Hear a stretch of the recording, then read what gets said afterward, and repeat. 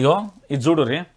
ఉద్యమంలో పెద్ద పాత్ర చిరస్మరణీయం. కుటుంబ సభ్యులకు నా ప్రగాఢ సానుభూతి. ఉద్యమ నేత పవిత్ర ఆత్మకు శాంతి చేకూరాలి. పెద్ది సుదర్శన్ రెడ్డి మృతి పట్ల సీఎం సంతాపం. నేను ఒక దశలో రేవంత్ రెడ్డికి నిజంగా థ్యాంక్స్, కృతజ్ఞతలు అంటున్నా, ధన్యవాదాలు అంటున్నా.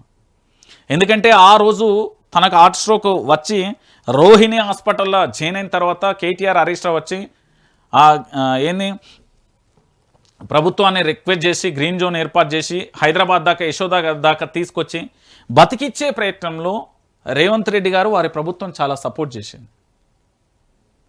దాంతోపాటు అధికారిక లాంఛనాలతో పూర్తి స్థాయిలో కూడా అధికారిక లాంఛనాలతో తనకు ఏది అంతిమయాత్ర అధికారిక లాంఛనాలతో చేయాల్సిన పరిస్థితి తీసుకొచ్చిళ్ళు. ఎందుకంటే ఆ జనం ప్రభంజనం ప్రజలు అది చూసిన తర్వాత ఇంకా అసలు ఎవరు కూడా ఊహించని తారాస్థాయిలో ఒక ఎమ్మెల్యే మాజీ ఎమ్మెల్యే చనిపోతే అంతమంది వస్తారా?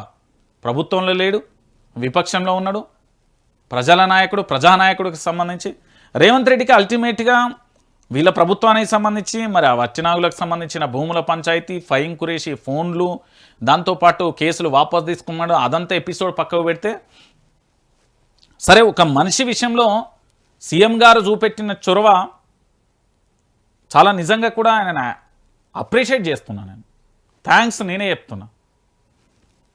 నిజంగా కూడా చాలా ఎంతో కొంత బ్రతికించడానికి ప్రయత్నం చేసిన మాట వాస్తవం. దానికోసం ప్రభుత్వం కూడా చాలా సహకారం చేసింది. ఎందుకంటే ప్రభుత్వానికి కూడా మనం థ్యాంక్స్ చెప్పాలి.